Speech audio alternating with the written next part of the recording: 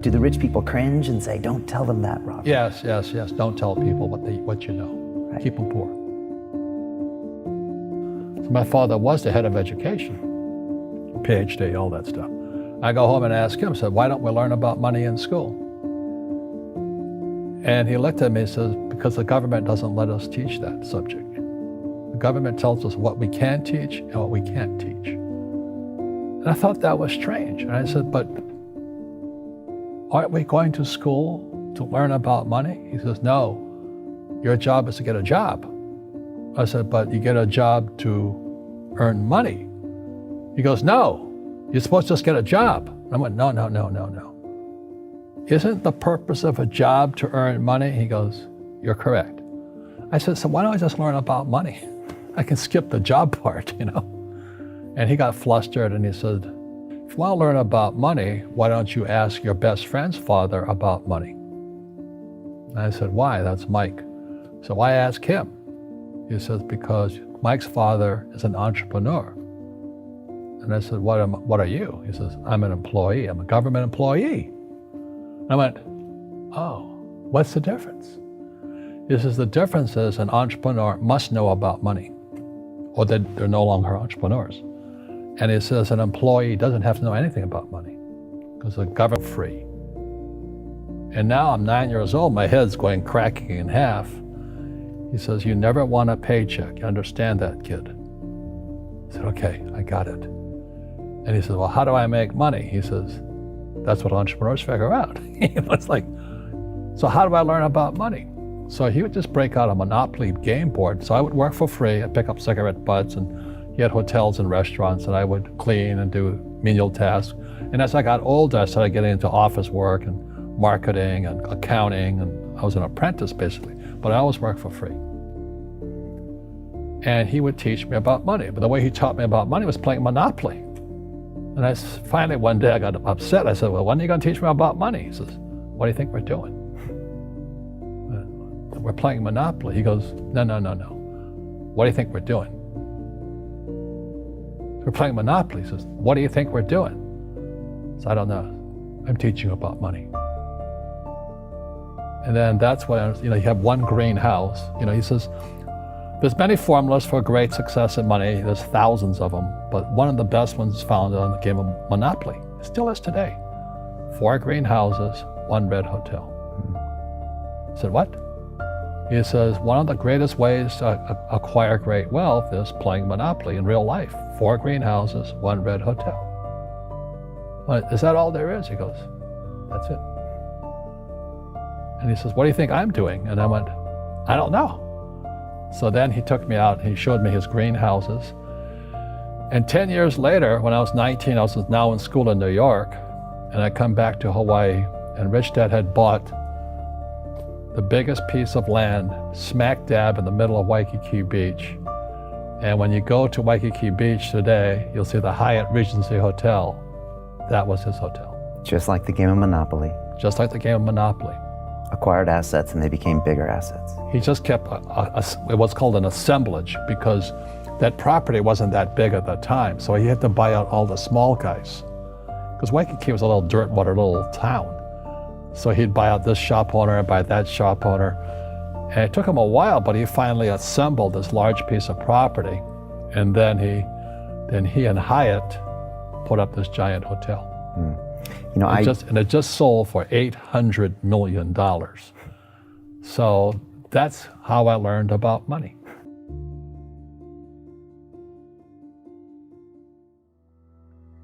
I've had financial crashes. I've had people stab me in the back, but they're all good because I grow from it. That's spirituality. Right. People who are afraid of making mistakes, like they teach in school, they don't ever grow. Because spirituality is there's good and there's bad, there's right and there's wrong, there's up and there's down. Most people only want to be right, they only want to be positive. Well, you can't have that, that's not reality. Well, I wasn't poor by most people's standards, but I came from a family with a poor attitude, if you know what I mean. Because rich, poor, middle class, poverty starts with a fundamental attitude. Poverty is passed on. It's taught in your families.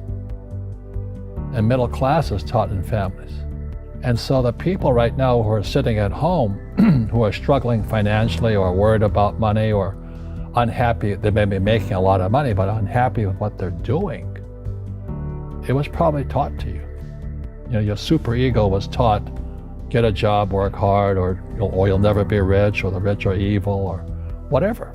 The school system will never teach you about money. The school system was designed to teach you to be an employee, which is important, or a doctor or a lawyer, a specialist, but never about money. And what most people lack is real business knowledge, like accounting, like debt, like taxes. You got to know that stuff, but they don't teach it in school to anybody. So, and then when people ask me, how did your rich dad learn this when your poor dad, a PhD, didn't? And the answer is very simply, my rich dad, who's my best friend's father, his father died when he was 13. So rich dad had this family business at 13 to run. So he had to drop out of school, which was his blessing.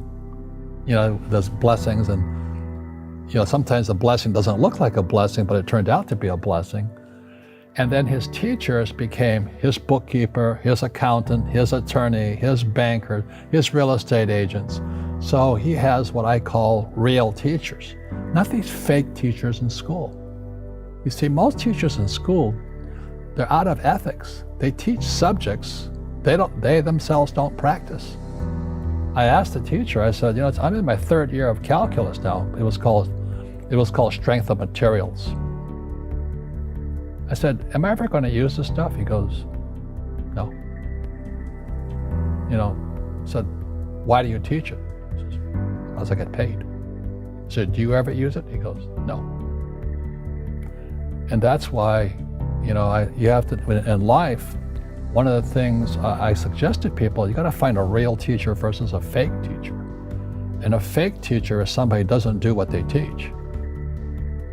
And a real teacher is doing what they teach every day. So my accountants, my attorneys, they're in it every single day. That's how I learn, because every day I'm solving problems in my business. So I have accountants and attorneys and bankers and all these people on speed dial because I'm solving problems with my team. I see you giving this knowledge out, and yeah. Do the rich people cringe and say, don't tell them that, Rob? Yes. Don't tell people what you know. Right. Keep them poor. But, unfortunately, the poor, as was in the Bible, I'm not real religious, the poor will always be amongst us because it starts up here. Right, it's that fear mentality. It's in their words, and the words become flesh. Again, I'm not really religious. I flunked out of Sunday school also. But when they say I can't afford it or I can't do that, they go down. They become what they say. My PhD dad, he says, what do you think I am, made of money? I can't afford that. And my rich dad would say, that's why he's poor. Poor people say, I can't afford it, I can't do that, I don't have time. Because it's an escape. It's an escape, you know what I mean? It's easy to say, I can't afford it. And your rich dad used to say what instead of, I can't afford it? How can I afford it? How can I do that? What would it take, or why should I do that? He says that a question opens the mind, a statement closes the mind. See, when you say, I can't afford it, your mind shuts down, and you become what you say. Rugby is a team sport, but so is soccer. The rules are different. And other people are golfers. They play by themselves. And so everybody's different. So my game financially is business, number one. Second is real estate. So what I say to young people is, you find your game.